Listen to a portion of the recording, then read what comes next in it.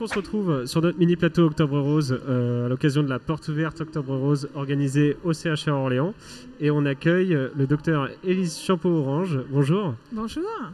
Vous travaillez, enfin vous êtes la chef de service en service de radiothérapie au CHR Orléans, c'est bien ça? Tout à fait. Chef de service d'oncologie et radiothérapie, oui. Oncologie, radiothérapie. Merci d'être là. Je vais vous commencer par une question très très simple. C'est la radiothérapie, qu'est-ce que c'est? Alors la radiothérapie, c'est un traitement complémentaire dans la prise en charge du cancer du sein que l'on fait après la chirurgie, voilà, et qui va permettre de compléter le geste du chirurgien et d'éviter les récidives. On utilise des rayons X pour faire ce traitement sur des machines assez complexes, c'est vrai, mais que l'hôpital permet de faire dans de très bonnes conditions.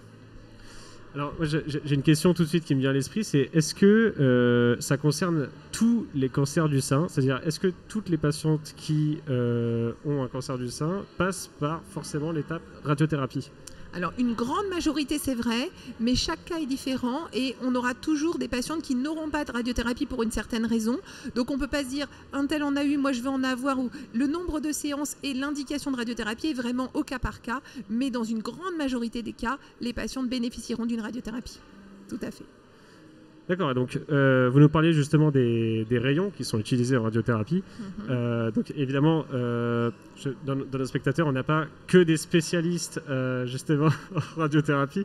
Est-ce que vous pouvez un peu nous détailler un petit peu exactement en quoi consiste exactement le traitement, quelle machine en fait ça nécessite, quels moyens sont mis en œuvre pour ces traitements et qu'est-ce que ça produit sur les patientes, enfin, qu'est-ce que ça fait exactement? Alors, la radiothérapie, en fait, ça va détruire l'ADN des cellules bonnes et mauvaises.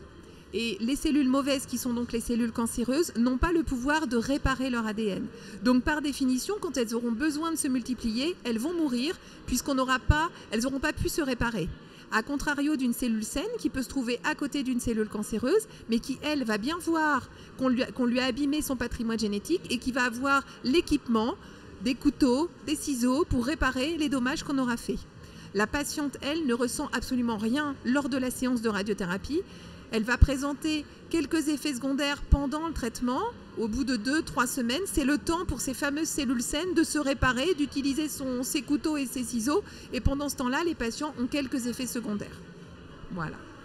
D'accord, et donc justement par rapport à ces machines et par rapport au traitement en lui-même, comment ça se passe? C'est-à-dire on s'assoit dans une salle, on s'allonge, comment ça se passe? Alors pour les séances de radiothérapie, on est allongé, les bras au-dessus de la tête.